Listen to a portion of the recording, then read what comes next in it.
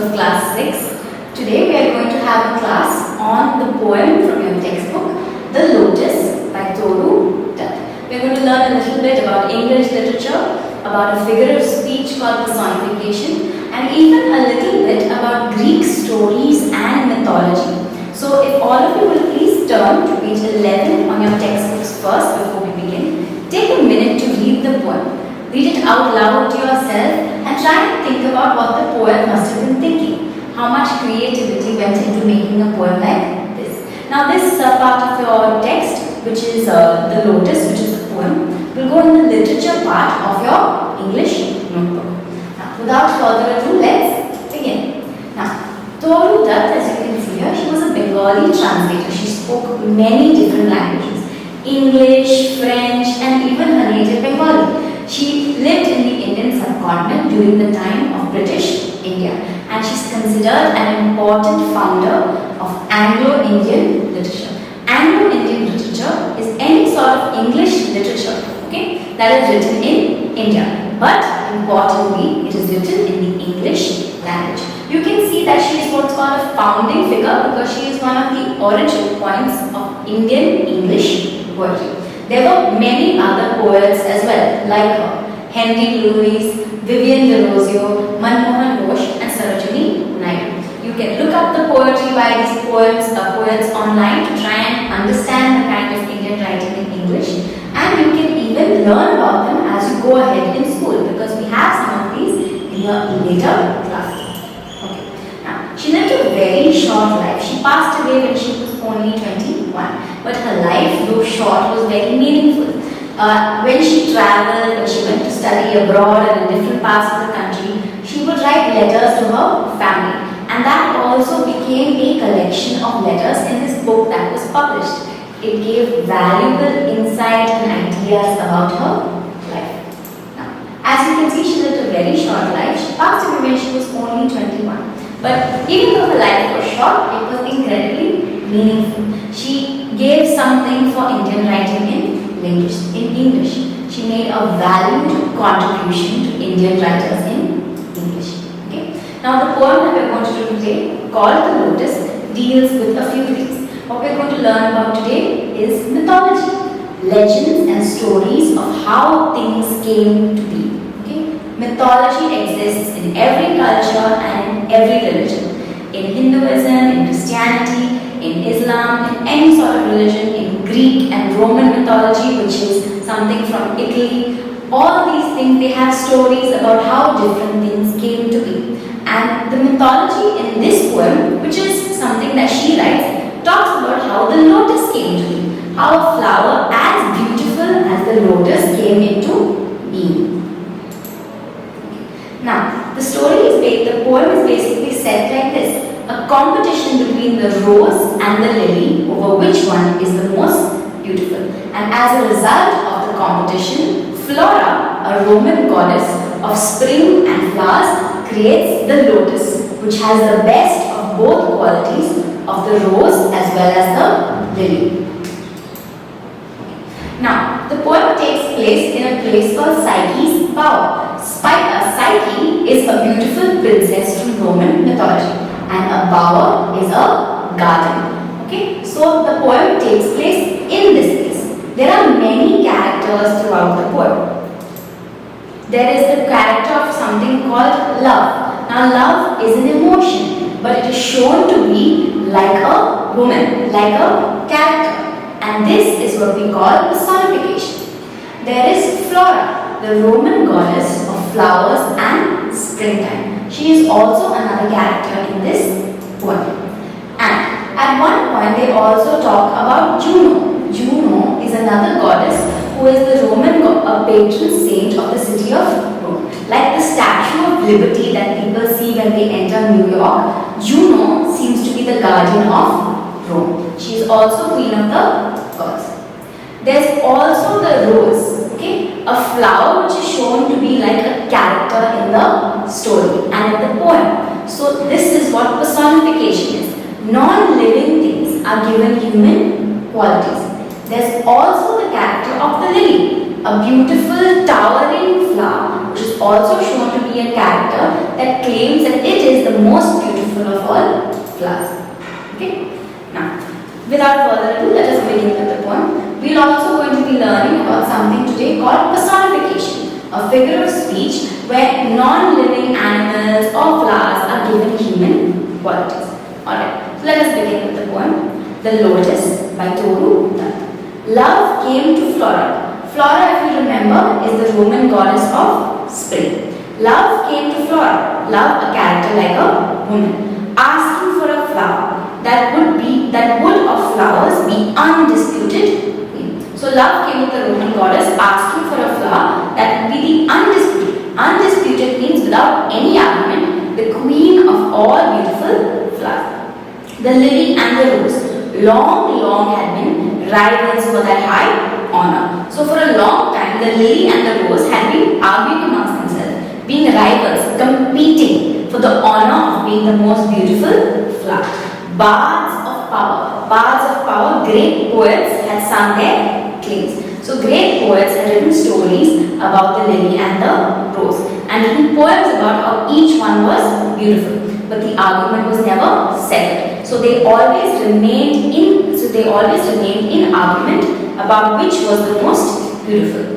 The rose can never tower like the pale lily with her Juno mien. So the lily says that the rose, while a beautiful flower, is not as towering, not as great and stately like a large statue as a lily with her Juno mien. Juno is the Roman goddess, queen of the gods.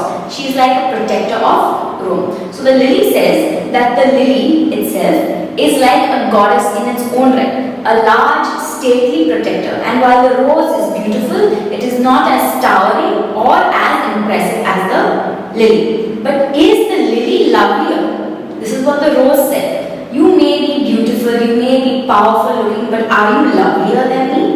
Thus, between flower factions ran the strife in Psyche's bower. So, thus between flower factions, between all the flowers and different flowers in the garden, flower factions are groups of flowers, ran the strife. There was an argument between them in Psyche's bower. There was an argument between the different flowers in the garden over who was more beautiful, the lily or the rose. Each side made a different argument.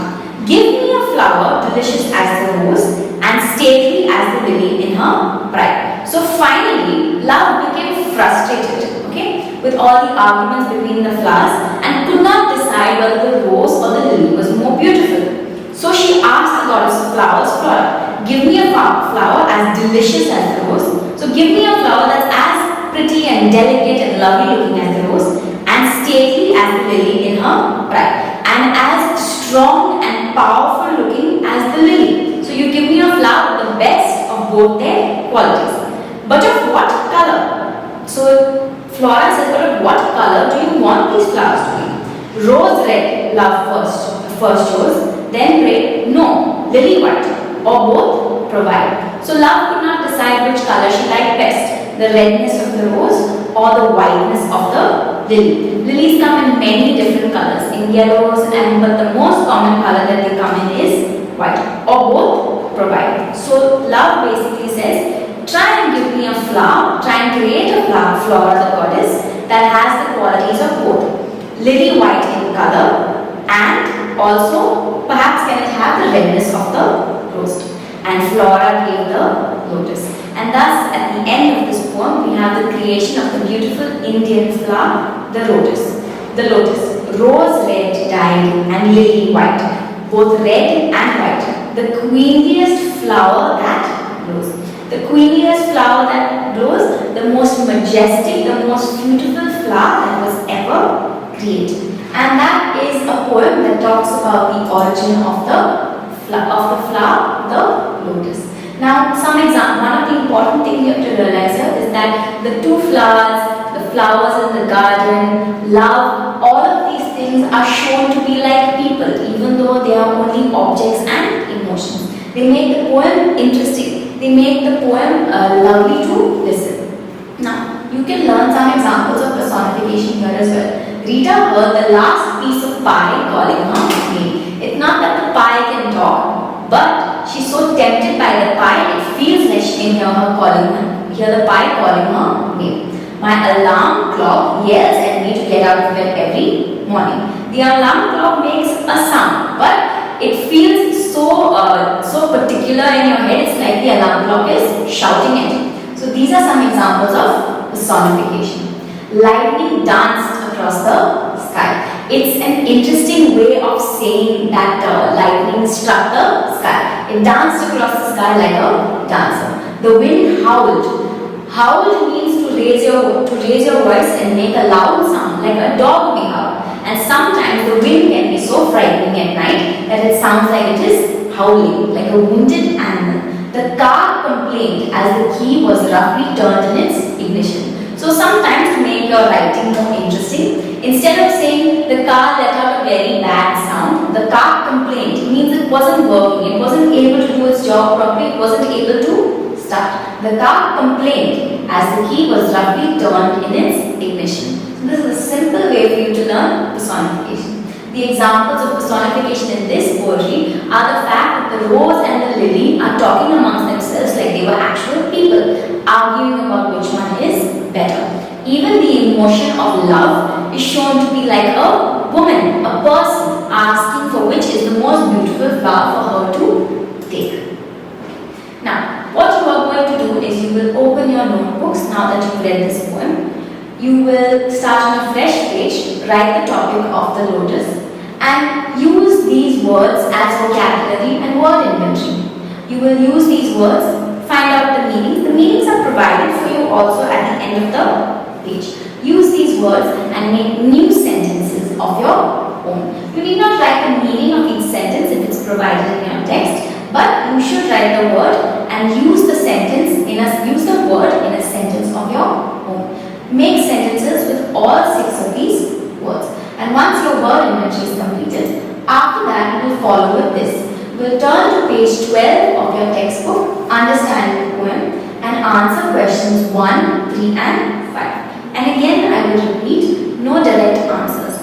Write the topic, write each question, followed by the answer in your own words. You need not treat it like a test. You can open your textbook, you can go over this video again, and you can answer the questions. But remember to keep your answers simple and straightforward.